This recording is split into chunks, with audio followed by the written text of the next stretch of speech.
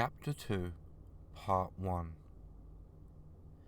The Rabations, as they are known, are beings of the moon, but do not live on the moon. Rather, they live in a dimension or presence of the moon. A problem to explain to any ordinary person, but reader, heed my warning, this is a fantasy book. These things happen. This dimension had two skies that coexisted at once. The colour of the atmosphere above was a blend of strong but gas-looking white, blue, orange, light blue, magenta, yellow, and red. Separations in the sky were closed with the darkness of space, and its entirety was available to all that could see, despite the thickness of the colourful atmosphere. The stars poked their way through in variations of sizes, and dying stars in the thousands and millions of kilometres in distance flashed in the darkness of the expanse of space. Vibrations filled the air in faint trembles strong enough to interrupt your breathing. The flashing of spacelight appeared and vanished as quick as a blink, almost in sync with most Rabations blinking. This dimension was almost like a looking glass, in that it could see the Earth and the solar system in all its expansive glory, but also held its own system of small moon-like objects. These objects floated above and around the sky faster than any Earth plane.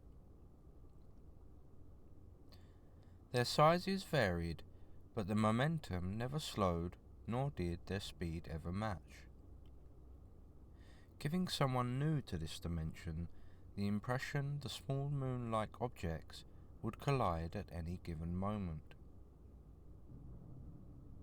There was a sun in the moon dimension, but it wasn't visible.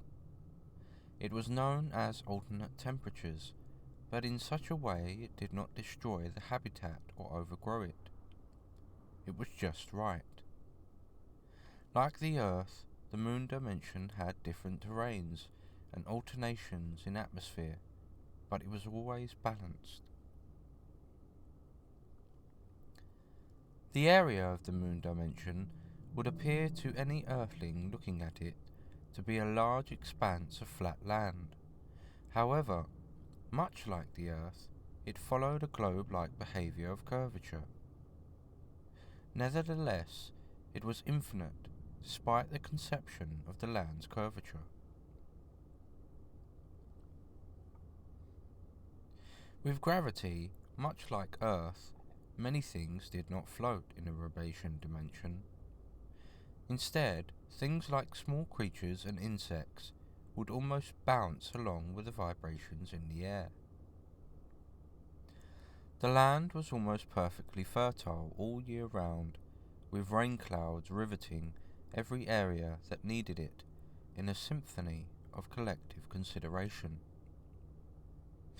The trees in this dimension seemed to move in an animated state that compelled you to take a step back in caution.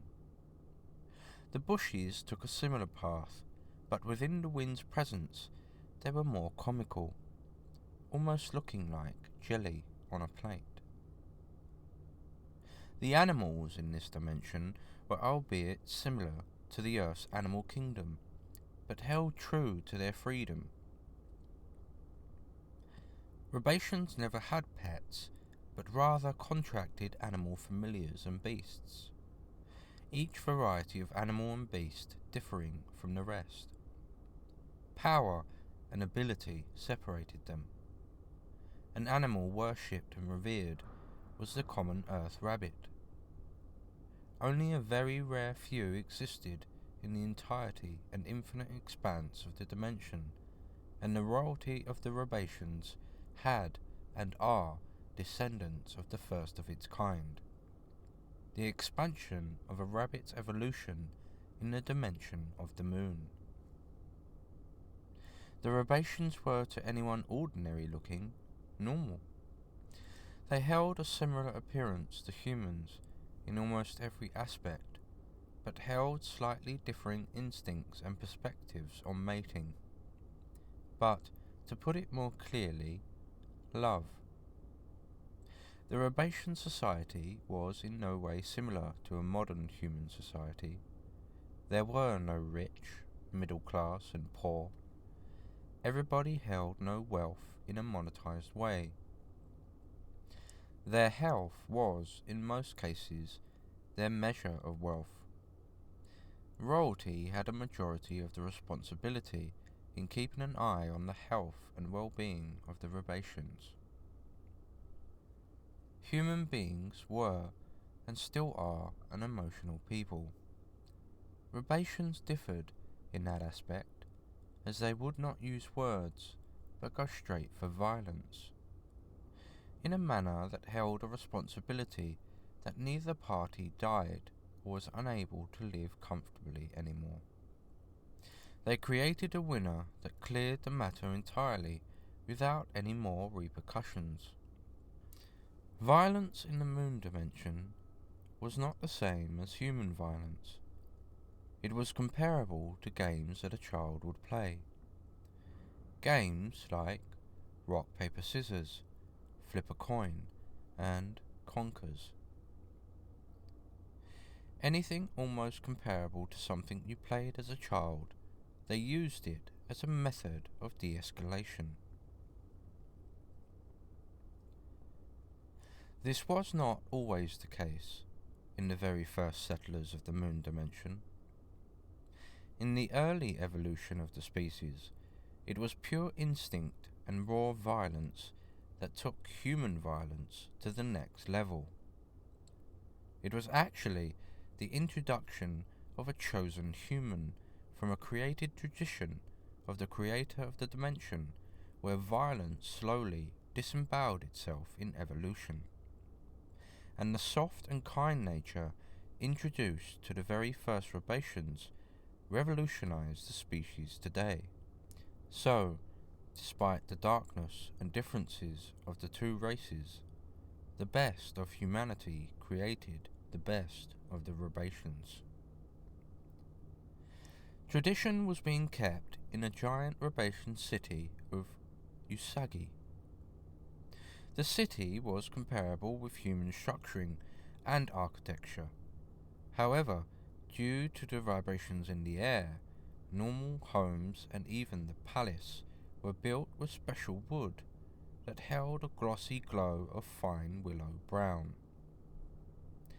Much like the trees in the forest, the city held an animated feel that, to anyone new, an expression of bewilderment might be held.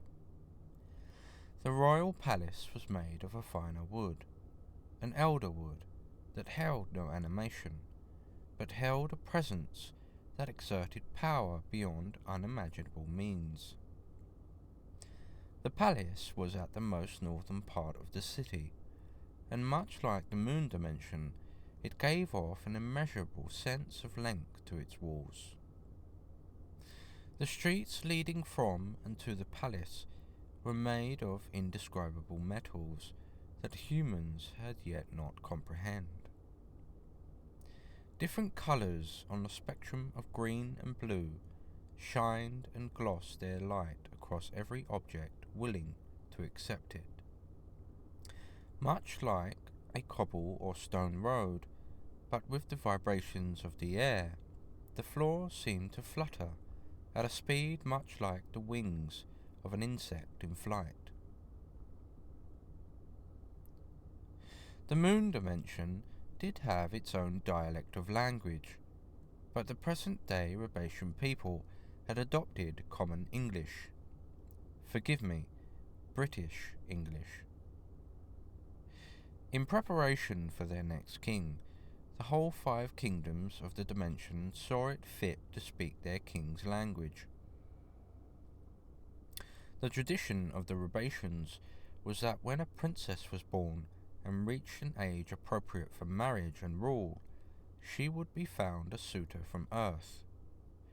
a tradition kept from the beginning of time.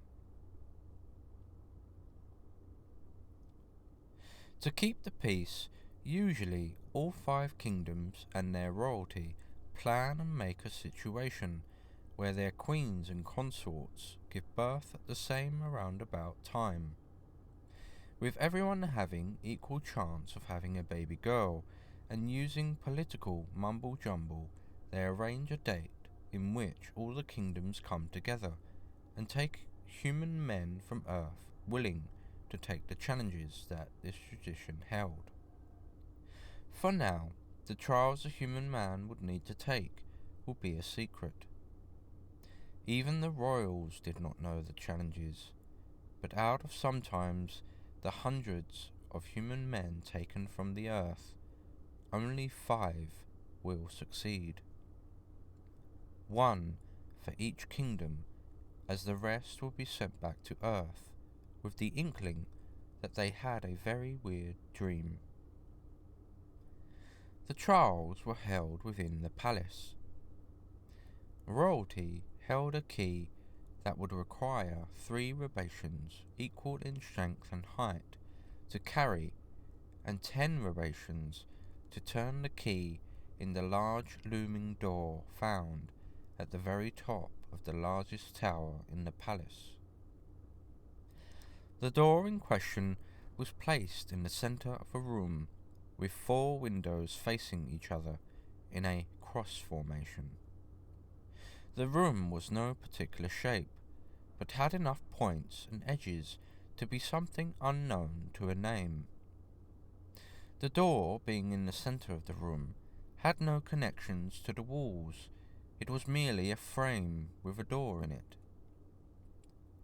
The doorknob was adequate enough for any hand, with the circumference to hold it, but the keyhole was far too large. So large, in fact, anyone could put their head in the hole. However, the darkness swelling inside made it clear to anyone with a sane sense of fear to not do such a thing. The colour of the door was a miasma of colours, much like the atmosphere of the sky. Drifting colours in lava-like sequences animated on the large door and gave it a presence of mystery, and would often sometimes strike you with fear. The door felt alive. It felt conscious of itself and anyone proceeding near it. With such an empty room of wooden walls and floors and glass-like windows, you would assume silence with no presence but a door. Yet this was not the case. The door was a menu of noise, varying from soft tones of hums to violent belches of mental anguish. It was alive. The tradition was more like ceremony, almost like a preparation for a wedding. Rabations were in high spirits, higher than normal. There wasn't exactly a sing and dance until the wedding or betrothals had been found, but the air, which was already vibrating along with the animated homes, had been on a slightly higher vibration.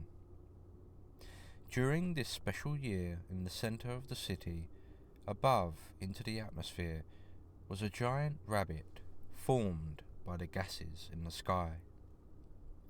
Looming far away from it was a moon, and slowly the rabbit, day by day, would hop towards it like an animated countdown until the chosen one had been selected.